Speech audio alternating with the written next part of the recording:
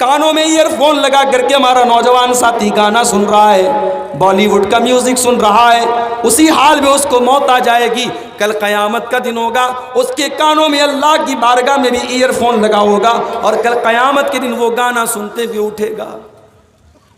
دنیا میں موبائل پر ننگی تصویریں دیکھ رہا تھا، اسی حال میں دل کی دھڑکن بند ہو گئی، کل قیامت کے دن جب اٹھے گا اسی حال میں اٹھے گا، اس کے ہاتھ میں وہ موبائل ہوگا، وہ ننگی تصویر ہوگی اور اس کو دیکھتے ہوئے وہ اللہ کی بارگاہ میں اٹھے گا۔ یبعث کل عبد علی ما مات علیہ، اللہ کے پیارے نبی فرماتے ہیں بندہ جس حال میں مرے گا اسی حال میں کل قیامت کے دن اس کو اٹھایا جائے گا۔ اللہ کے نبی حج کے سفر پہ گئے ہوئے ہیں، ایک صحابی وہ بھی حج کا احرام باندھے ہوئے ہیں، اپنی سواری کے اوپر سوار ہیں، اچانک سواری اچھلی اور صحابی اپنی سواری کے اوپر سے گرے اور گرتے ہوئے ان کا انتقال ہو گیا، صحابی کا انتقال ہو گیا۔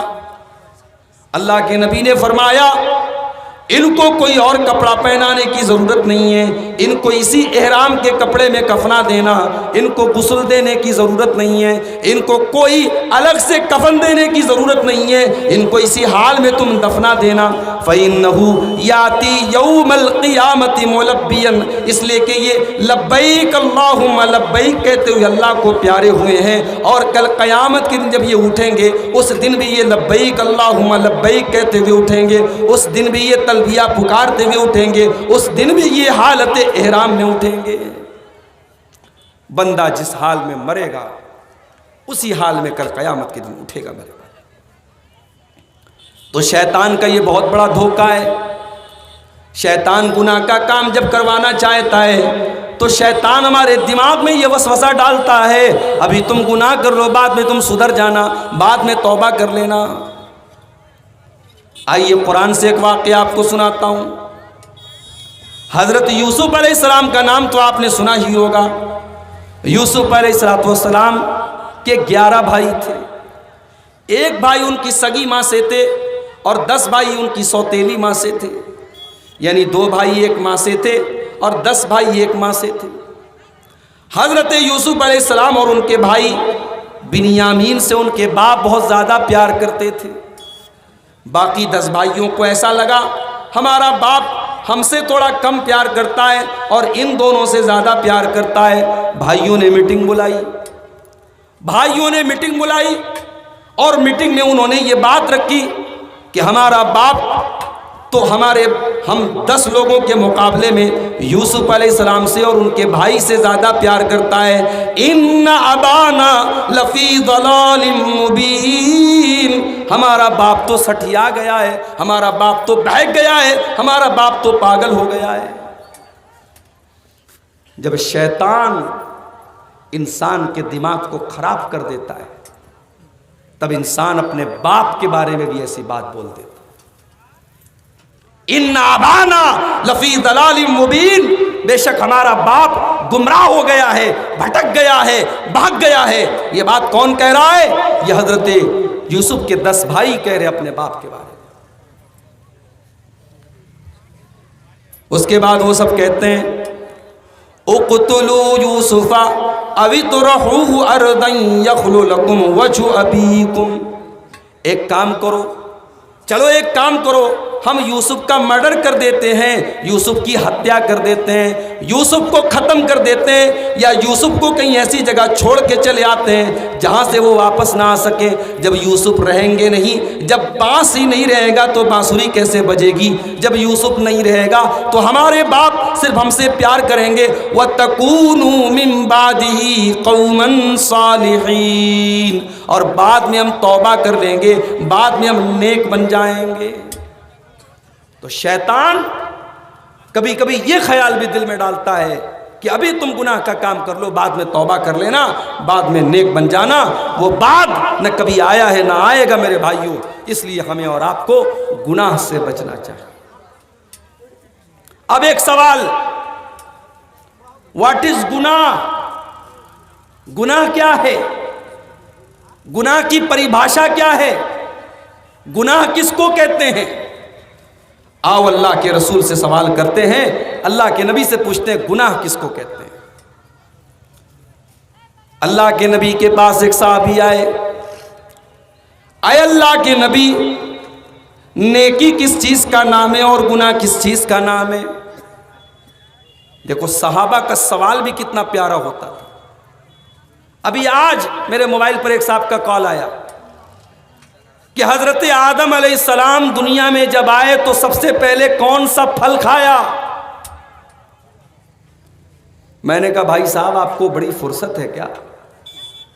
آپ کو یہ جان کر کے کیا مل جائے گا کہ حضرت آدم نے سب سے پہلے کون سا پھل کھایا؟ کہا مولوی صاحب آپ کو جواب آتا ہے تو بتا دیجئے ورنہ چھوڑ دیجئے۔ میں نے کہا مجھے نہیں آتا۔ بولے مجھے آتا ہے، حضرت آدم نے سب سے پہلے انگور کھایا تھا۔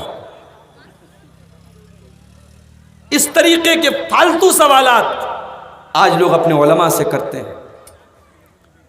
صحابہ کرام جب اللہ کے رسول سے سوال کرتے تھے، صحابہ کرام کے سوال کے اندر بھی ایک درد ہوتا تھا، ایک تڑپ ہوتی تھی، اپنی نجات کی فکر ہوتی تھی، اپنی آخرت کی فکر ہوتی تھی۔ سوال کیا ہے اللہ کے نبی، نیکی کس کو کہتے ہیں، گناہ کس کو کہتے ہیں؟ اللہ کے نبی نے فرمایا البر حسن الخلق، نیکی اپنے اخلاق کو اچھا بنانے کا نام ہے۔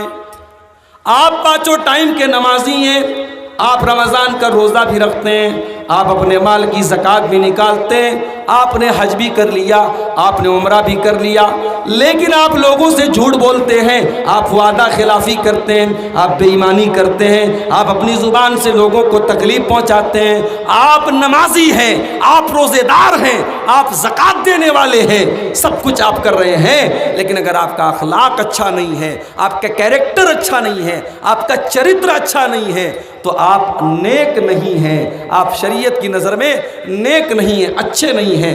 کیوں؟ اللہ کے نبی نے فرمایا نیکی کیا ہے؟ اپنے اخلاق کو بہتر بنانے کا نام۔ اس کے بعد آپ نے فرمایا وَالْإِثْمُ مَا حَاكَ فِي صَدْرِكَ وَكَرِهْتَ أَن يَطَّلِعَ عَلَيْهِ النَّاسِ۔ اور اے میرے صحابی، تم نے پوچھا کہ گناہ کس کو کہتے ہیں، تو سن لو، گناہ کہتے ہیں اس کام کو جس کام کو کرنے کے ٹائم انسان کے دل میں بے چینی پیدا ہو۔ میرے پیارے ساتھیوں، بڑے غور سے سنیے گا، گناہ کی پریبھاشا اللہ کے نبی کر رہے ہیں، گناہ کا مطلب بتا رہے ہیں۔ گناہ اس کام کو کہتے ہیں جس کام کو کرنے کے ٹائم انسان کو بے چینی اور دل کے اندر ایک کھٹک محسوس ہو۔ وَكَرِهْتَ أَن يَطَّلِعَ عَلَيْهِ النَّاسِ، اور گناہ کا کام وہ کام ہے کہ انسان اس کو چھپا کر کے کرتا ہے، لوگوں کو پتہ نہ چل جائے، لوگوں سے چھپا کر کے کرتا ہے۔ کام وہی ہے، شوہر اپنی بیوی کے ساتھ بھی کرتا ہے، اور کام وہی ہے ایک فاحشہ عورت کے ساتھ بھی ایک انسان کرتا ہے۔ شوہر اپنی بیوی کے ساتھ وہ کام کر رہا ہے، دنیا کی نظر میں کوئی عیب نہیں ہے، کوئی گناہ نہیں ہے، انسان سکون اور اطمینان کے ساتھ اپنی جائز خواہشات کو پورا کر رہا ہے، اور اسی کام کو ناجائز طریقے سے پورا کرنے والا ڈر ڈر کے کرتا ہے، اس ڈر کے ساتھ کرتا ہے کہیں میرا ویڈیو لیک نہ ہو جائے، کہیں میرے بارے میں پتہ نہ چل جائے، کہیں میرے ہوٹل کے کمرے کے بارے میں کسی کو معلوم نہ ہو جائے۔ میرے پیارے ساتھیوں، گناہ کا کام اس کام کو کہتے ہیں جس کام کو کرنے کے ٹائم آپ کے دل میں بے چینی پیدا ہو، اور جس کام کو کرنے کے ٹائم آپ کو یہ ڈر ہو کہ لوگوں کو وہ کام پتہ نہ چل جائے۔ لیکن ایک بات یہاں پہ نوٹ کر لیجیے کہ گناہ کرنے کے ٹائم اگر دل میں بے چینی پیدا ہو رہی ہے تو یہ اس بات کی پہچان ہے کہ ابھی ایمان آپ کے دل میں موجود ہے، ابھی ایمان باقی ہے۔ جس دن گناہ کرنے کے باوجود آپ کے دل میں کوئی شرمندگی محسوس نہ ہو، آپ کو کوئی بے چینی محسوس نہ ہو، آپ کو دل میں کوئی کھٹک محسوس نہ ہو اور گناہ کرنے کے بعد بھی آپ کو اچھا لگے، گناہ کرنے کے بعد بھی آپ کو فخر محسوس ہو، سمجھ جائیے کہ آپ کے دل سے ایمان جا چکا ہے، ایمان رخصت ہو چکا ہے، ایمان کا جنازہ آپ نے نکال دیا ہے، ایمان ختم ہو چکا ہے۔ اس لیے کہ جب تک دل کے اندر ایمان موجود ہے تب تک گناہ کرنے کے ٹائم انسان کے دل میں کھٹک رہتی ہے۔ گناہ کرنے کے ٹائم دل میں کھٹک کا ہونا یہ ایمان کی نشانی ہے۔ اسی لیے اللہ کے پیارے نبی فرماتے ہیں کل امتی معافن الا المجاہرین، میری امت کے تمام لوگوں کے گناہ تو معاف ہو سکتے ہیں مگر ان لوگوں کے گناہ معاف نہیں ہوں گے جو کھلم کھلا گناہ کریں گے، جو علل اعلان گناہ کریں گے، جو گناہ کرنے کے بعد گناہ کی پبلسٹی کریں گے۔ آپ نے فرمایا رات کو ایک انسان کوئی گناہ کا کام کرتا ہے، رات میں اس نے کوئی گندا کام کیا، کوئی غلط کام کیا، اللہ نے اس کے گناہ کے اوپر پردہ ڈال دیا، صبح ہو گئی وہ اپنے گناہ کے بارے میں لوگوں کو بتانے لگا، اللہ نے تو اس کے گناہ کے اوپر پردہ ڈال دیا تھا مگر وہ اپنے گناہ کے بارے میں لوگوں کو بتا رہا ہے، لوگوں کو اور زیادہ اکسا رہا ہے۔ اللہ کے نبی نے فرمایا ایسے انسان کے گناہ اللہ تعالیٰ معاف نہیں کرے گا جو گناہ کرنے کے بعد گناہ کی پبلسٹی کرتا ہے، گناہ کا اعلان کرتا ہے۔ اور ایک بات اور نوٹ کر لیجئے، جب ہم اور آپ کوئی گناہ کا کام کرتے ہیں اس گناہ کے کام سے ہماری روزی روٹی کے اوپر بھی اثر پڑتا ہے، ہمارے بچوں کے منہ کا نوالا چھین لیا جاتا ہے۔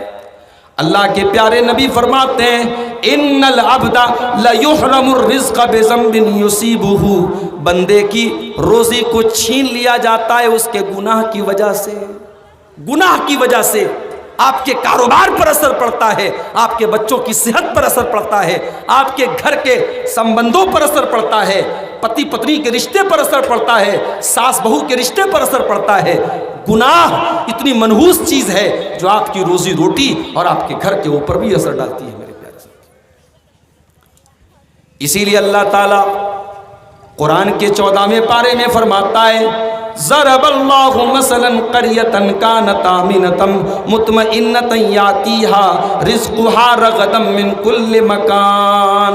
او لوگو، اللہ تعالیٰ ایک مثال بیان کر رہا ہے، ایک بستی تھی، ایک گاؤں تھا، بڑا خوشحال تھا اور ہر طریقے کی روزی روٹی اس گاؤں میں ملتی تھی، اس گاؤں کو کوئی طریقے کی تکلیف نہیں تھی، کوئی پریشانی نہیں تھی۔ فکفرت بانعم اللہ، لیکن جب اس گاؤں کے اس بستی کے لوگوں نے اللہ کو ناراض کرنا شروع کر دیا، جب انہوں نے پاپ کرنا شروع کر دیا، جب انہوں نے گناہ کرنا شروع کر دیا، فکفرت بانعم اللہ، جب اس بستی کے لوگوں نے اللہ کی ناشکری کرنا شروع کر دیا، فاذاقها اللہ لباس الجوع والخوف بما كانوا يصنعون، اللہ تعالیٰ نے اس بستی کو بھوک اور پیاس کی تکلیف میں ڈال دیا، اس بستی کے لوگ بھوکے رہنے لگے، اس بستی میں سوکھا پڑ گیا، اس بستی کی جو خوشحالی تھی اجڑ گئی اور وہ بستی ویران بن گئی، وہ بستی پریشان بن گئی۔ گناہ کرنے سے انسان کی روزی روٹی پر اثر پڑتا ہے، گناہ کرنے سے انسان دنیا میں اپنی عزت کو کھو دیتا ہے، دنیا میں بھی ذلیل ہوتا ہے اور آخرت میں بھی ذلیل ہوتا ہے۔ اس لیے کہ اللہ تعالیٰ فرماتا ہے من کان یرید العزت فللہ العزت جمیعا، میرے بندو تم عزت چاہتے ہو، تم عزت چاہتے ہو تو عزت والے مالک سے اپنا ناتا توڑ دو۔ تم اللہ کو ناراض کر کے دنیا میں عزت نہیں پا سکتے، اور دنیا میں اگر عزت پا بھی لی، دنیا میں تم نے نام کما بھی لیا تو آخرت میں تم عزت نہیں پا سکتے۔ اسی لیے حضرت ابراہیم علیہ السلام اللہ کی بارگاہ میں دعا کرتے ہیں تو کیا کہتے ہیں وَلَا تُخْزِنِي يَوْمَ يُبْعَثُونَ يَوْمَ لَا يَنْفَعُ مَالٌ وَلَا بَنُونَ إِلَّا مَنْ أَتَى اللَّهَ بِقَلْبٍ سَلِيمٍ۔ اے اللہ تو مجھے قیامت کے دن رسوا نہ کرنا، تو مجھے قیامت کے دن ذلیل نہ کرنا، اے اللہ ساری دنیا کے سامنے مجھے اپمانت نہ کرنا، مجھے انسلٹڈ نہ کرنا، مجھے ذلیل نہ کرنا، جس دن نہ مال کام آئے گا نہ اولاد کام آئے گی۔ إِلَّا مَنْ أَتَى اللَّهَ بِقَلْبٍ